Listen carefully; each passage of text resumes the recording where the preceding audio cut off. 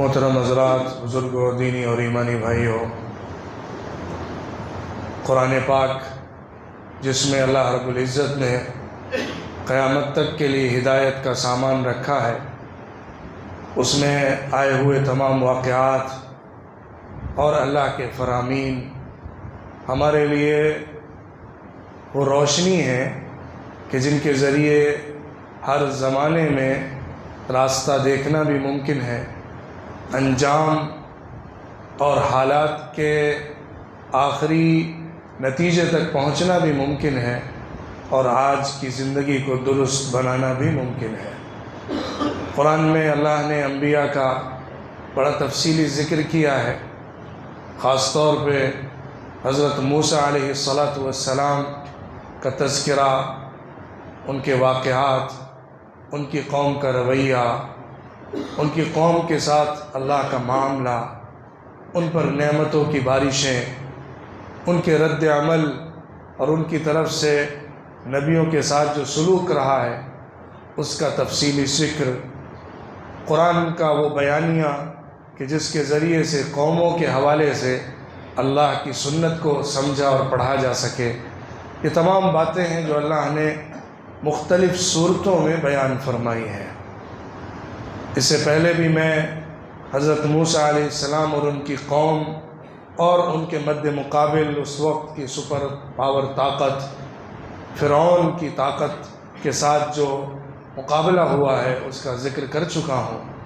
आज मैं एक दूसरा पहलू आपके सामने इसी क़िस्से से निकाल कर रखना चाहता हूँ जो हमें ये समझाए कि हमारे सामने ये हकीकत को खोले कि हमेशा बड़ी ताकतें अपनी ताकत के बल पर गालिब नहीं आया करती हैं, बल्कि जो फ़िक्री जंग होती है, जो नज़रियाती जंग होती है, आइडियोलॉजिकल वॉर होती है, इंटेलेक्चुअल वॉर होती है, उसके अंदर हमेशा हक़ को गलबा मिलता है, सच साबित होता है। इस हकीकत को अल्लाह ने सूरे बनी इसराइल में इस तरह ज़िक्र फरमाया, कुल जाअल हक़्क़ु व ज़हक़ल बातिल इन्नल बातिल कान ज़हूक़ा। आप बयान कर दीजिए कि हक़ आ गया है, बातिल मिट गया है और यकीनन बातिल मिटने ही के लिए है। अल्लाह ने दूसरी जगह सूरे अंबिया के शुरू में ज़िक्र फरमाया है, दूसरे रुकू में, कि हम ऐसी दलील आपके सामने लाते हैं फ़यदमग़ुहु फ़इज़ा हुवा ज़ाहिक़, कि वो दलील, वो हक़ बात इनके बयानिए और इनके गलत तसव्वुर को ऐसे मारती है, ऐसे धड़ाम से गिराती है कि उसका भेजा बाहर आ जाता है।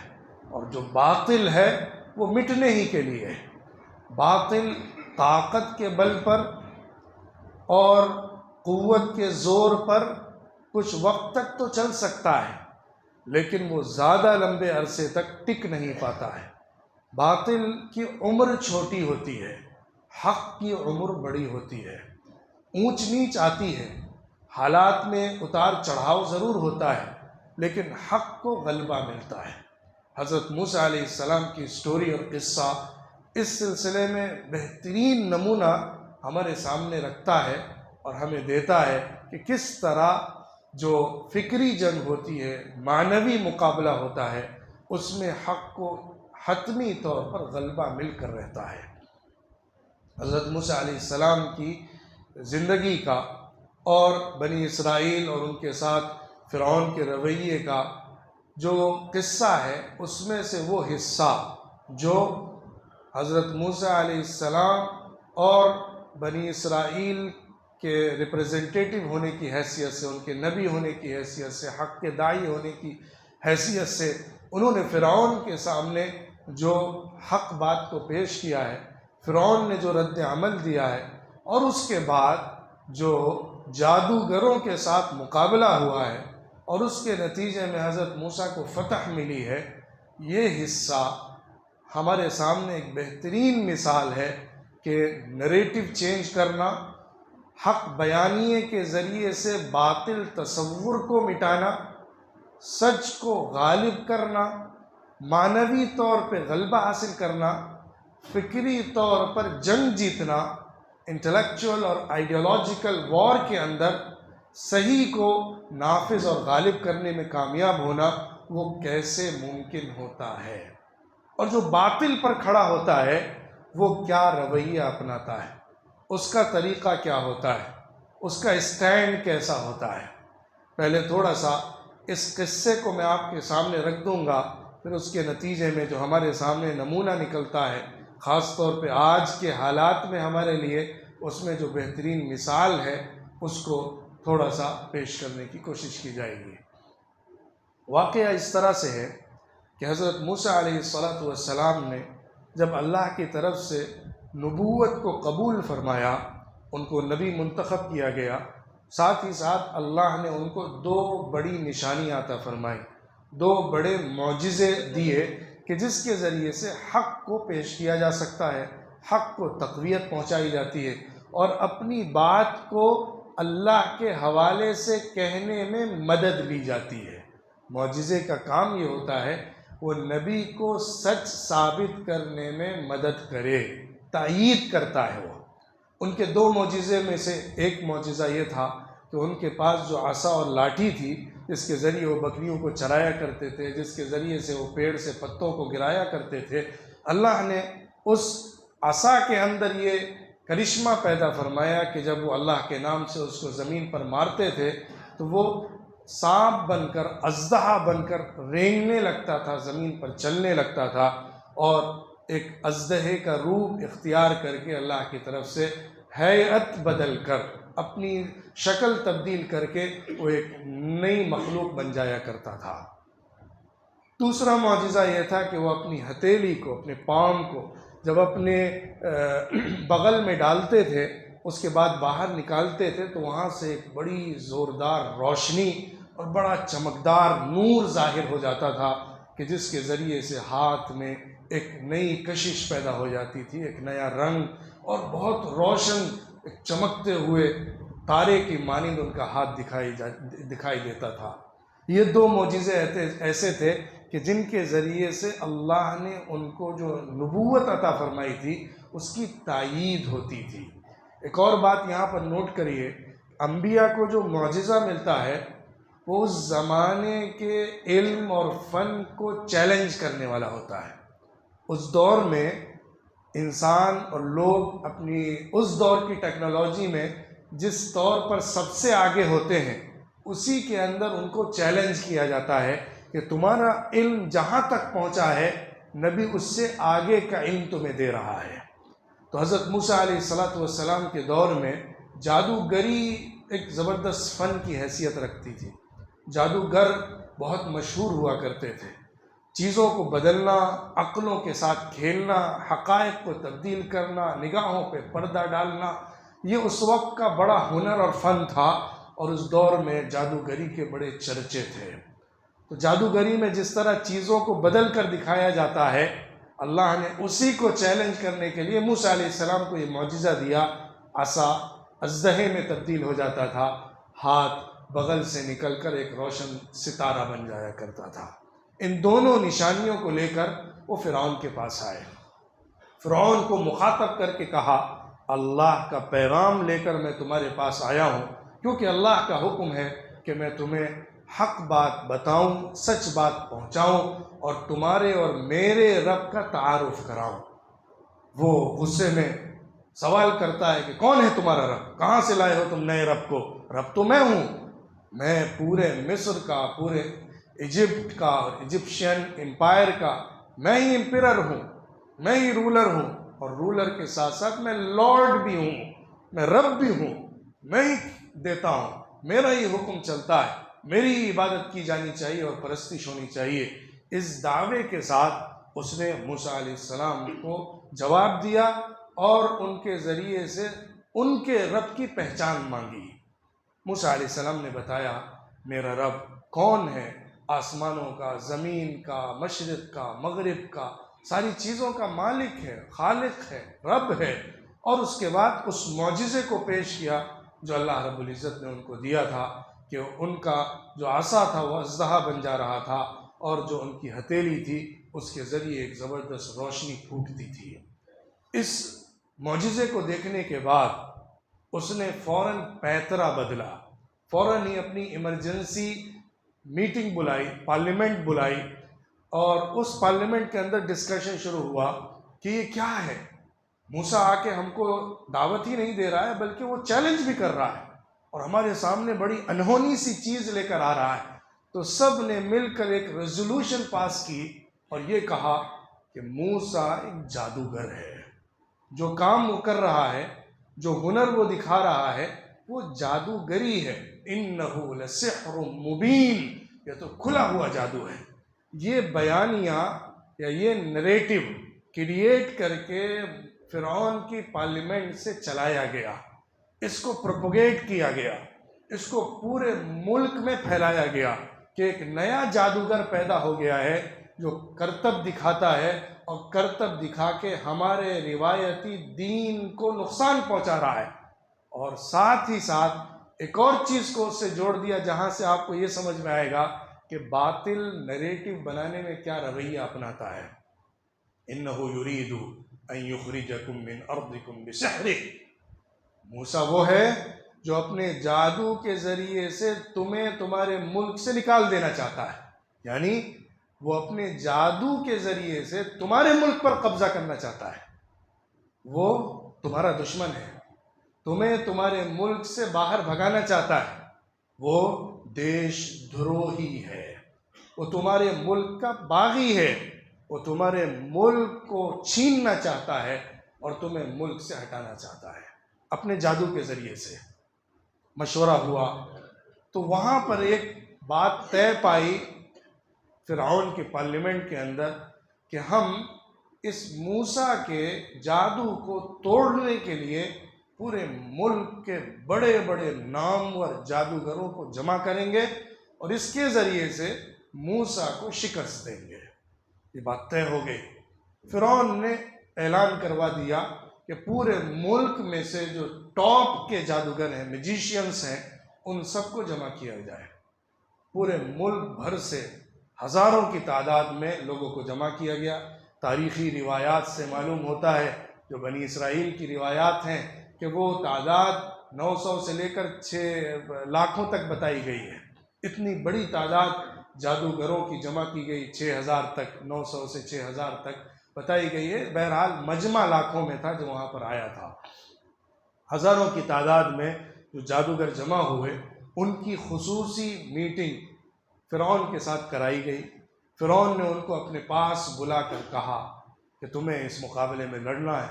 उन्होंने सवाल किया कि ठीक है, हम पूरी तैयारी के साथ इस मुकाबले के लिए आएंगे, बदले में हमको क्या मिलेगा? अइन्ना लना लअज्रन इन कुन्ना नहनुल गालिबीन, अगर हम गालिब आ गए इस जंग में तो क्या हमें बदले में अजर मिलेगा, उजरत मिलेगी, आपकी तरफ से कुछ हमारे लिए खुसूसी इनाम होगा, क्या हमें इसके बदले में मुआवजा दिया जाएगा? फ़िरौन ने इसके जवाब में कहा, क़ाल नअम व इन्नकुम लमिनल मुक़र्रबीन, तुम्हें मुआवजा तो मिलेगा ही, जो तुम्हें अपने मैजिक दिखाने के लिए बदला और मुआवजा मिलता है वो तो दिया ही जाएगा, साथ ही साथ तुम मेरे करीबी लोगों में शामिल हो जाओगे, जो मेरी खुसूसी टीम होती है, मेरे सेलेक्टेड लोग होते हैं पूरे किंगडम में, मैं उनमें तुमको शामिल कर लूँगा। यूँ समझिए वो कह रहा था कि तुम्हारे लीडर्स को मैं अपने कैबिनेट का मेंबर बना दूंगा, मिनिस्ट्री दूंगा, मैं सिर्फ तुमको तुम्हारे अमल का बदला ही नहीं दूंगा बल्कि अपनी रियासत का हिस्सा बनाऊंगा, अपनी बादशाहत में हिस्सा दूंगा और अपने ख़ास लोगों में शामिल करूंगा। ये उसने उनसे वादा किया। वो सब लोग पूरी तैयारी के साथ मुकाबले के लिए आ रहे थे। एक दिन तय हो गया था जिसका तज़किरा भी कुरान में है। फ़िरौन ने कहा था, ठीक है मूसा, मैं तुम्हारे चैलेंज को एक्सेप्ट करता हूँ, हमारा और तुम्हारा एक दिन तय होगा मुकाबले का, जिसमें हम देखेंगे तुम्हारे पास क्या हुनर है और हम क्या लेकर आते हैं। वो दिन ऐसा था जो लोगों की ईद और त्यौहार का दिन था। सब लोगों को एक बड़े मैदान में जमा किया गया। लाखों की तादाद में मिस्र भर से मुख्तलिफ खित्तों से लोग जमा हुए थे। एक तरफ जादूगरों की एक लंबी कतार थी, बड़ी टीम थी। एक लंबा काफिला था जादूगरों का जो मुकाबले के लिए आया था पूरी तैयारी के साथ। दूसरी तरफ हज़रत मूसा अलैहिस्सलाम अकेले अपनी लाठी को लेकर खड़े हुए थे। मुकाबले का मैदान सज चुका था, रन तैयार था। दोनों तरफ लोग अपने करतब को दिखाने के लिए बज़ाहिर बैठे हुए थे। लोग पूरी आंखें टिकाए हुए इस मंज़र को देख रहे थे। मुकाबले के पहले बातचीत शुरू हुई कि मुकाबला के उसूल क्या होंगे। इस मुकाबले के लिए जो हमारा जादू दिखा रहे हैं और उनके मुताबिक तुम अपना जादू दिखाओगे, इसमें उसूल क्या रहेंगे। तो उस सिलसिले में बातचीत हुई तो पहले ये बात आई कि मुकाबले में पहले वार कौन करेगा। जो हम इस मैदान को सजाए हुए हैं, इसमें करतब दिखाने के लिए सबसे पहले कौन आगे बढ़ेगा। क्या मूसा तुम पहले डालोगे या हम डालें, अपनी चीज़ें दिखाने के लिए जो जादूगरी को दिखाती हैं। उन्होंने इसलिए ऐसा पूछा ताकि ये दिखाएं कि मूसा हम पूरे कॉन्फिडेंट हैं अपने जादू के अंदर।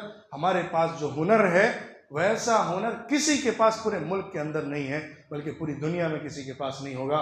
इसलिए अगर तुम पहले अपना दिखाना चाहते हो तो दिखा लो, हम भी तैयार हैं अपना हुनर दिखाने के लिए।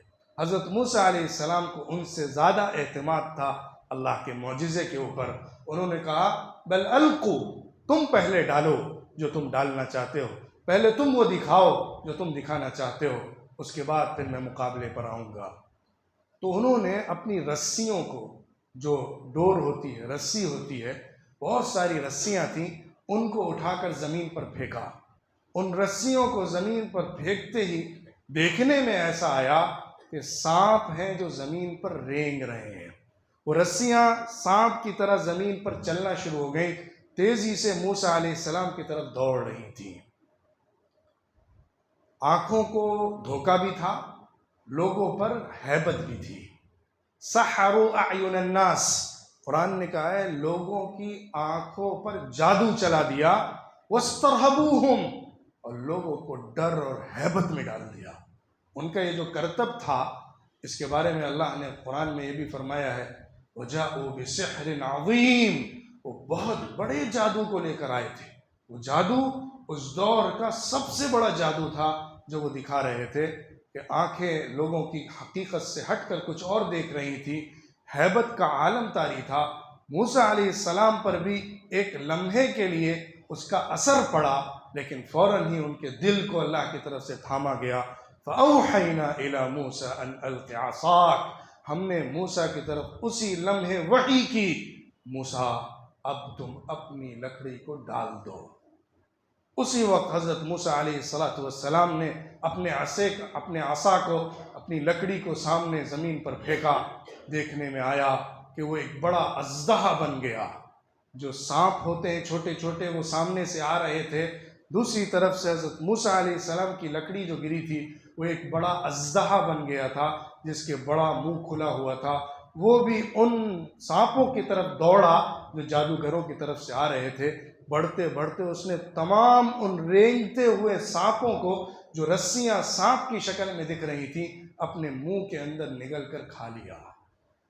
जब ये मंजर सामने आया तो उन जादूगरों ने उस हक को पहचान लिया जो झूठे जादू के नाम पर मूसा अलैहिस्सलाम के इनकार की मुहिम चलाई जा रही थी। उन्होंने उस हक को पकड़ लिया कि किस तरह फिरौन गलत नरेटिव बना के इनको जादूगर कहना चाहता है, हालांकि ये चीज़ जादू नहीं हो सकती है। वो टॉप के जो मैजिशियंस थे, टॉप के आला दर्जे के जो जादूगर थे, उन्होंने ये हकीकत पहचान ली कि जो सामने से चीज़ आई है वो जादू नहीं हो सकती है। क्योंकि एक नुक्ता यहाँ पर यह भी समझने का है, जादू के अंदर चीज़ों को हकीकत से हटकर कुछ और शक्ल में दिखाया तो जा सकता है, लेकिन जादू के ज़रिए से किसी चीज़ को ख़त्म नहीं किया जा सकता है। यहाँ पर तो ये हुआ था कि उन्होंने जो आँखों पर धोखा देकर अपनी रस्सियों को सांप बनाया था, मूसा अलैहिस्सलाम के आसे ने उसको निगल लिया था, खा लिया था। वो समझ रहे थे कि जादू नहीं हो सकता। जादू में ठीक है, उधर से अज़दहा चल के आएगा, वो दूसरी तरफ निकल जाएगा, हमारे रेंगते हुए सांप उनकी तरफ बढ़ जाएंगे, ये तो हो सकता है। लेकिन उस चीज़ को खाकर ख़त्म कैसे कर देंगे। इस हकीकत को उन्होंने समझा कि जादू में हकीकतों को दिखाने के लिए तो बदला जा सकता है, लेकिन असल में तब्दील नहीं किया जा सकता है।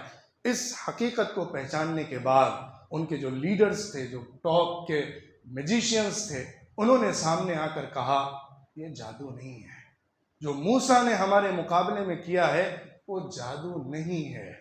हम आज ये पहचान गए हैं कि मूसा जिस बात को लेकर आया है वो बात इंसानों की ताकत से बाहर है, वो इंसानों से ऊपर की चीज़ है, वो सही हक को पेश कर रहा है, हम उस पर ईमान लाते हैं। उन्होंने वही खुले मैदान में ऐलान कर दिया, आमन्ना बिरब्बिल आलमीन रब्बी मूसा व हारून, हम ईमान लाते हैं सारे जहानों के रब के ऊपर, मूसा और हारून के रब के ऊपर। अब यहाँ से ज़बरदस्त चेंज हुआ। पूरे मैदान के अंदर जो एक सन्नाटा छाया हुआ था वो एकदम से कोहराम में बदल गया। बास तारीखी रिवायतों से मालूम होता है लाखों लाख लोग इस्लाम में दाखिल होने लगे और मूसा अलैहिस्सलाम के मज़हब को कबूल करने लगे, क्योंकि इस बड़े मैदान, खुले मैदान में हज़रत मूसा ने उस वक्त के जो सबसे बड़े इल्म और हुनर था उसको शिकस्त देकर अपने को हक पर होने की बात मनवा ली थी, अपने हक पर होने, सच पर होने, अल्लाह की तरफ से नबी होने की हकीकत को खोल दिया था। जब ये मंज़र सामने आया, करीब था कि पूरा मुल्क चेंज हो जाए, तमाम तबके के लोग मुतासर होकर इस्लाम में दाखिल हो जाएं। उसी वक्त फ़िरौन ने एक नया टर्न लिया, एक नया स्टैंड लिया, एक नई पॉलिटिकल चाल चली, एक सियासी दावपेच खेला, एक नया रुख बदला और उसके ज़रिए से सिचुएशन को कंट्रोल में करने की कोशिश की। बातिल का तरीक़ा यही होता है, वो जहाँ देखता है कि नरेटिव चेंज हो रहा है, जहाँ देखता है कि इंटेलेक्चुअल वॉर के अंदर उसको शिकस्त हो रही है, वो फ़ौरन पैतरा बदल के एक ही गोट खेलता है, जिसको हम कहते हैं हर मर्ज़ की एक ही दवा है, ये देशद्रोही है, ये मुल्क का गद्दार है, ये हमारी नस्ल का दुश्मन है, मुल्क का हुलिया बिगाड़ना चाहता है, ये हमारे और तुम्हारे असल नस्ली दुश्मन हैं, इसलिए ऐसा कर रहे हैं। जब आदमी दलील को दलील से नहीं काट पाता है, जब सच का जवाब दूसरे मुकाबले के सच से नहीं दे पाता है, तो वो सच को ही गलत ठहराने के लिए एक नरेटिव क्रिएट करता है कि जिसके ज़रिए से इमोशनल ब्लैकमेलिंग का काम किया जाता है। उसने वही काम किया, उसने फ़ौरन वहाँ पर खड़े होकर अपने हाथ में कंट्रोल संभालते हुए कहा कि देखो, मुझे ऐसा महसूस हो रहा है इस पूरे मुकाबले को देखने के बाद, इन्न हाज़ा लमक्रुम मकरतुमूहु फिल मदीना लितुखरिजू मिन्हा अहलहा फसौफ तअलमून। ये तो एक बड़ी साजिश लगती है, ये तो एक ज़बरदस्त प्लानिंग लगती है जो इन सब लोगों ने मूसा के साथ मिलकर की है, ताकि यहाँ के मिस्र के रहने वाले असल लोगों को निकाल कर बाहर फेंक दें और मूसा की कौम को यहाँ पर हुकूमत दे दें। ये दरअसल यहाँ के लोगों से हुकूमत छीनने और यहाँ के लोगों को मुल्क से बाहर निकालने की साजिश है जो इन सारे जादूगरों ने मिलकर मूसा के साथ की है। दूसरी जगह कुरान कहता है, फ़िरौन ने कहा, इन्नहु लकबीरुकुमुल्लज़ी अल्लमकुमुस्सिह्र, ये तो तुम सब का सबसे बड़ा लीडर है मूसा, इसी ने तुमको जादू सिखाया है, तुम सब इसके शागिर्द हो, स्टूडेंट हो, इससे जादू सीख कर आए हो, इसीलिए आज ये किस्सा और कहानी गढ़ रहे हो कि तुम सब ने मिलकर हक को कबूल कर लिया है, हालांकि मूसा तुम्हारा सबसे बड़ा लीडर है जिसने तुमको जादू सिखाया है, तुम यहाँ से यहाँ के लोगों को निकालना चाहते हो, इसलिए ये साजिश रची है। कहाँ मूसा अलैहिस्सलाम, कहाँ पूरे मिस्र के अलग अलग खित्तों से आए हुए जादूगर, जिनका चेहरा भी मूसा अलैहिस्सलाम ने कभी न देखा होगा, जिनसे कभी मिले भी नहीं होंगे। फ़िरौन के साथ उनकी स्पेशल मीटिंग भी हो चुकी है, फ़िरौन ने उनसे वादे भी किए हैं और वो पूरी तैयारी के साथ आए हैं, लेकिन मैदान के अंदर जो हक़ उन्होंने देखा है उसको देखकर वो पलटे हैं, क्योंकि उनके सामने सच खुल गया। कि ये जो बात है वो बिल्कुल सच है। इसके बाद सिर्फ इसी पर इक्तिफा नहीं किया, पहले तो फिरऔन ने पॉलिटिकल गेम खेलकर ये नरेटिव क्रिएट किया कि ये जो कुछ तुम्हारे सामने हो रहा है ये असल में पहले से मैदान में आने से पहले शहर के अंदर मूसा और इन जादूगरों की मिली भगत है, ये आपस में इन दोनों का साठगांठ है, ये पहले से तयशुदा प्लानिंग का हिस्सा है ताकि मैदान के अंदर जादूगर हार जाएं, मूसा जीत जाएं और उसके ज़रिए से इन सब लोगों का मुल्क के ऊपर कब्जा हो जाए। इसलिए इन्होंने ये सब चाल चली है। ये पहले उसने मैसेज दिया, एक प्रोपेगेंडा फैलाया ताकि जो लोग इससे मुतासिर होकर मूसा अलैहिस्सलाम के दीन में दाखिल हो रहे हैं उनको रोक दिया जाए। दूसरी तरफ उसने एक एक्शन ये लिया कि जो जादूगर इस्लाम में दाखिल हो रहे हैं, मूसा अलैहिस्सलाम का मज़हब कबूल कर रहे हैं, उनके बारे में सख्त तरीन सज़ा का ऐलान किया कि कोई भी उसको सुनकर हिम्मत न कर सके कि आगे बढ़कर दीन को कबूल कर ले। उसने कहा कि मैं ऐसे नहीं छोड़ूंगा, मुझसे पूछे बगैर इन्होंने मूसा के दीन को मान लिया है, अब मैं इनको ऐसी सज़ा दूंगा कि इबरत की निशानी बन जाएंगे। मैं ऐसा अजाब इनको दूंगा, ऐसी सज़ा में मुब्तला करूंगा कि देखने वाले देखते रह जाएंगे। मैं इनके हाथ और पैर को अलग अलग साइड से काटूंगा, दायां हाथ अगर काटूंगा तो बायां पैर काटूंगा, बायां हाथ काटूंगा तो सीधा पैर काटूंगा। काटने के बाद शहर की शाहराह आम पर जो सबसे बड़ा मेन रोड है उसके ऊपर इनको लटका दूंगा, सूली पर चढ़ाकर, कि इनके जिस्म लटके रहेंगे, लटके लटके वहीं पर मरेंगे तड़प तड़प के, और तड़प तड़प के मरने के बाद इनकी लाशें पूरे शहर वालों के लिए इबरत की निशानी बनकर सामने रहेंगी। और इस तरह सज़ा देने का उसने फैसला करके कार्रवाई शुरू कर दी। इन सारी सज़ाओं को सुनने के बाद, क्योंकि देखिए उसने बात क्या कही थी कि असल में ये देशद्रोही का मामला है, देशद्रोह का किस्सा है, इन लोगों ने देश से बगावत की इसलिए इनकी ये सज़ा है। यही चाल होती है कि जब भी जवाब अकली तौर पे, लॉजिकल वे में, इंटेलेक्चुअल तरीके पर नहीं बन पड़ता है तो इमोशनल कार्ड खेला जाता है जिसके ज़रिए से लोगों के जहन को बदला जाता है। तो उन्होंने ऐसा ही किया। फिर इसने ऐलान ऐसा किया कि मैं सबको सज़ा दूंगा। जादूगरों ने पलट कर जवाब ये दिया कि देखो फिरौन, तुम हमको जो भी सज़ा दोगे वो दुनिया की ज़िंदगी की सज़ा है, और तुम हमको जो सज़ा दे रहे हो सिर्फ इस वजह से दे रहे हो कि हमने अल्लाह की निशानियों को पहचान कर मान लिया है। हमने अल्लाह की निशानी देख ली है जिसको हम समझ गए हैं और हम उसको कबूल करते हैं, उसको मानते हैं। इस वजह से तुम हमको सज़ा देना चाहते हो। तुम्हें जो जी में आ रहा है कर गुजरो, हम अल्लाह पर ईमान लाते हैं। रब्बना अफ्रिग अलैना सब्रा, ए अल्लाह तू ही हमें हिम्मत दे कि हम मुकाबला कर सकें और जमे रहें। व तवफ़ना मुस्लिमीन, और हमारी मौत इस्लाम की हालत में आए। ऐसा मजबूत ईमान, ऐसा हकीकी ईमान उनके दिल में जागुज़ी हो गया था, क्योंकि उन्होंने सच को खुली आंखों देख लिया था कि उसके बाद इनकार की कोई गुंजाइश नहीं बचती है। तो उनका ये स्टैंड, उनका ये मजबूत ईमान, उनका ये यकीन ऐसा फौलादी था कि बड़े से बड़े पहाड़ भी उसके सामने छोटे पड़ जाते हैं। फिरौन ने ये सारी बातें की, उनका ये स्टैंड सामने आया, उनको जो सज़ा देनी थी सज़ा दी।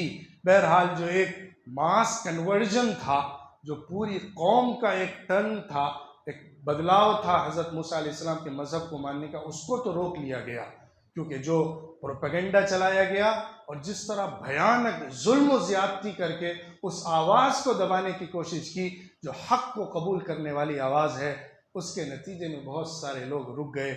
लेकिन सच को जितना भी दबाया जाए, एक दफ़ा जब हक़ ज़ाहिर होता है तो ज़ुबानें तो बंद की जा सकती हैं, आँखों पर पर्दे तो डाले जा सकते हैं, लेकिन दिल को नहीं बदला जा सकता है। दिल जब हक़ को पहचान लेता है तो उस हक़ को पहचानने के बाद उसमें तब्दीली नहीं की जा सकती है। हाँ, आँखों पर पर्दे डाले जा सकते हैं, ज़ुबान पर ताले डाले जा सकते हैं, लेकिन सच को नहीं छुपाया जा सकता है। हज़रत मूसा अलैहिस्सलाम को इस जंग में मानवी जीत मिली, उनको हकीकी तौर पर लोगों पर और उस वक्त के फ़िरौनी ताकत के ऊपर गलबा मिला। ये गलबा असल हकीकी जीत थी, जो मानवी जीत है, फ़िक्र की जीत है, अकीदे की जीत है, ईमान की जीत है, सच की जीत है। आज के ज़माने में सच जीता है। जो मारका गज़ा का और इसराइल का चल रहा है, उसको मैं यहाँ 2-3 मिनट में रिलेट करके बात को ख़त्म करता हूँ। इस जंग में सच जीता है। इस इंटेलेक्चुअल वॉर के अंदर जो हक पर हैं, जो इंसाफ के लिए लड़ रहे हैं, जो आज़ादी के लिए लड़ रहे हैं, जो अपने मुक़द्दसात के लिए लड़ रहे हैं, जो अपनी ज़मीन के लिए लड़ रहे हैं, जो अपने हक के लिए आवाज़ उठा रहे हैं, उनको गलबा मिला है। दुनिया के अंदर जो नरेटिव बना है वो आज से पहले कभी भी नहीं था। आज दुनिया उस जुल्म को समझ रही है जो हक की आवाज़ को दबाने के लिए ये दहशतगर्द इसराइल मुल्क कर रहा है। ये सहयूनी ताकत जो कर रही है वो खुलकर लोगों के सामने आ गया है कि वो हक की आवाज़ को दबाने के लिए दरिंदगी के सिवा कुछ नहीं है। उनके पास न लॉजिक है, उनके पास न इस इंटेलेक्चुअल वॉर के अंदर दलीलें हैं, उनके पास न अपने हक को पेश करने के लिए सही तौर पर कोई लॉजिक है। वो जुल्म और ज़्यादती के ज़रिए से आवाज़ें बंद करना चाहते हैं, तस्वीरें बदलना चाहते हैं, हक को छुपाना चाहते हैं और लोगों के ऊपर जुल्म और ज़्यादती के पहाड़ तोड़ के उनको उनके मुल्क से हटाना चाहते हैं। लेकिन दूसरी तरफ से जो रवैया है, जो पहाड़ जैसा सब्र है, जो इस्तिकामत है, जो हक की आवाज़ है, जो सच का कलिमा है, जो अल्लाह पर तवक्कुल है, जो ईमान की सही कैफियत है, उसका मुकाबला इन तमाम तर असलहों से मुमकिन नहीं है। और सच बात यह है कि वो इस जंग में हार चुके हैं। हक जीत चुका है। दुनिया में जो नरेटिव बना है, यूरोपियन मुल्क हों, अरब मुल्क हों, मुस्लिम मुल्क हों, गैर मुस्लिम मुल्क हों, हर जगह लोग सच को पहचान रहे हैं, जालिम को पहचान रहे हैं, मजलूम को जान रहे हैं, किन का हक है ज़मीन के ऊपर उसको समझने लगे।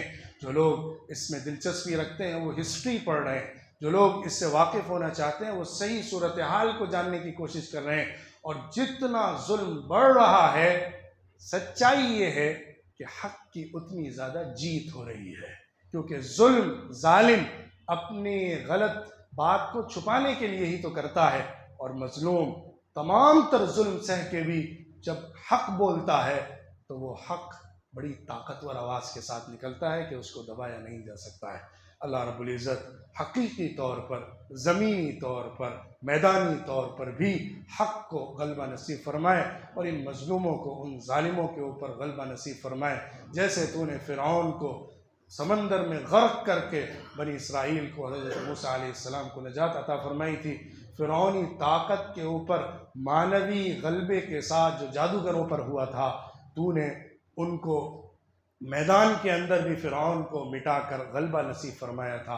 आज भी अम्बिया के जानशीन मोहम्मद सल्लल्लाहु अलैहि वसल्लम की उम्मत और उनके वारिस जो फ़िलिस्तीन की सरज़मीन पर रहने वाले मुसलमान हैं, अल्लाह रब्बुल इज़्ज़त आज फिर उनको इस मानवी जीत के बाद जो इस मारके में देखने में आई है, ज़मीनी तौर पर भी जीत नसीब फरमाए और इन जालिम ताकतों को उनके तमाम हलीफों के साथ उस समंदर में गर्क कर दे जहाँ से उनके लिए दोबारा सर उठाना मुमकिन न हो।